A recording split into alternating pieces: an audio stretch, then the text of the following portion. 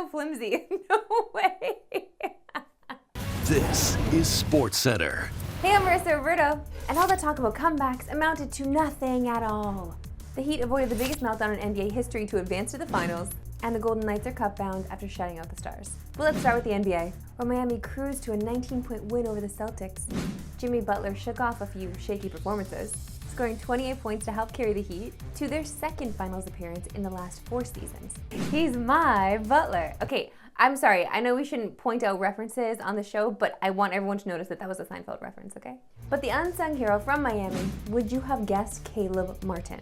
He capped a stellar series with a 26-point, 10-rebound masterpiece. And for all that Jason Tatum Game 7 talk, well, he battled an ankle injury and finished with just 14 points, less than half his average in his previous 6 Game 7s.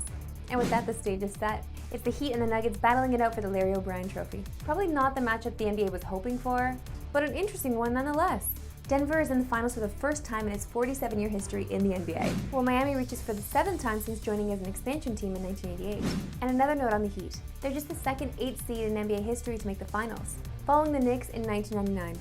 And if this matchup wasn't already leaning in Denver's favor, the Nuggets won both meetings with Miami this season, winning at home in December, and beating the Heat in February despite Jamal Murray being sidelined. Some good news for Miami though. Tyler Hero is targeting a Game 3 return after breaking his hand in the playoff opener 6 weeks ago. You can catch Game 1 of the NBA Finals Thursday night on TSN, beginning at 8:30 Eastern, 5:30 Pacific. To hockey, and as we mentioned off the top, the Golden Knights closed out the Western Conference semifinal with a dominant win over the Stars in Game 6. The Knights have now won 10 playoff series since entering the league in 2017, which is second only to the Bolts in that span. Vegas also becomes the second team to win 10 series within their first 6 seasons, following the Gretzky-led Oilers of the 80s. While the 2018 Stanley Cup appearance wasn't long ago, only 6 players from that team remain on the current squad. Roster turnover isn't the only change from that team, however, as this new group of Golden Knights may take superstition a little more seriously. In 2018, Vegas became the first team since 2007 to touch the Clarence Campbell Bowl as Western Conference champs, before losing to Washington in the final. And although the Avs have since touched the trophy and gone on to win it all, the 2023 Knights are not taking any chances. I'm not superstitious, but I am a little stitious. We got a Seinfeld reference and an Office reference in the show today. This is a good day. The Knights will now set their sights on the Panthers, who appear anything but superstitious. When the Prince of Wales trophy was presented to them, Matthew Tkachuk wasted no time in giving it a healthy pat. The last thing that we're going to do is be superstitious about not touching it or anything. Like, I mean, nobody said we were going to make playoffs, so I don't know. I think it's pretty cool to touch it and carry it around and take pictures with it. Like, we earned that thing and definitely didn't do it the easy way. So, regardless of the outcome, this has been statistically one of the best NHL postseasons ever. 13 of the 14 series we've seen so far have required at least 5 games. And while the Panthers' sweep of Carolina means we won't have a sweepless postseason, that's happened just 4 times in the history of the NHL. On top of the longer series, the games have been tighter as well. The 2023 playoffs have seen 23 games decided in OT. And with 1 series still left to go, that's already good for 8th on the all-time list. Let's keep that trend going in the finals, eh, fellas?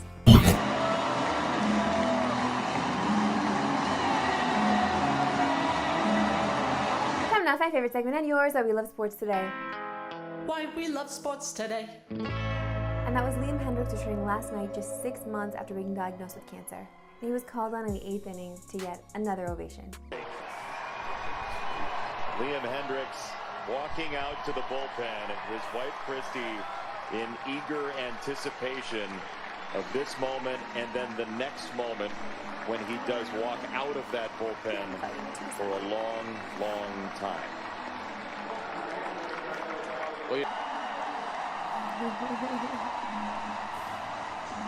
Oh my gosh, what an entrance! What an entrance! And those jerseys are sick. I love those Last Night jerseys.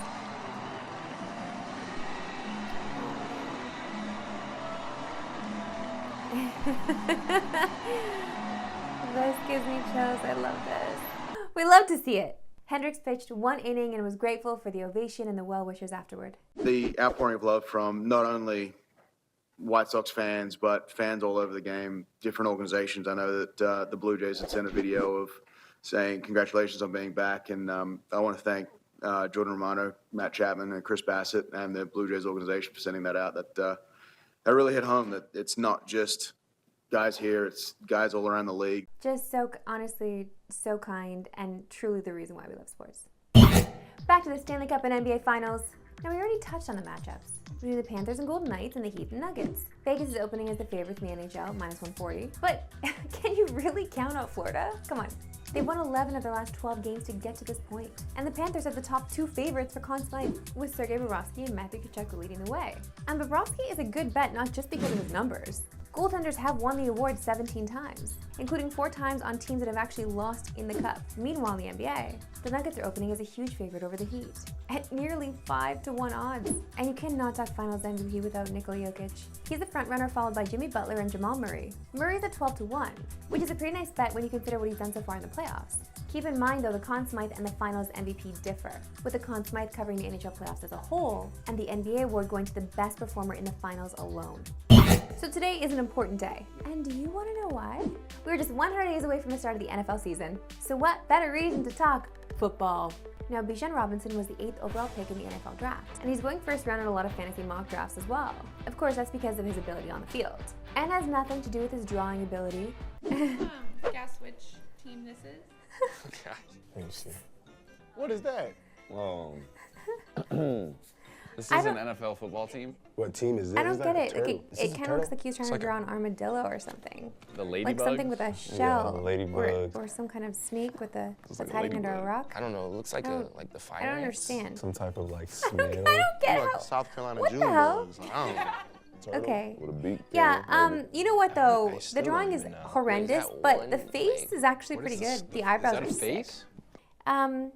It's up for interpretation. Don't worry, Bijan, that will not affect your fantasy draft stock. That's all for today. We'll see you back tomorrow, 3 Eastern. No Pacific! Have a good one. Actually, saw me tomorrow with somebody else. I don't know who. Maybe Corwin. Stay tuned.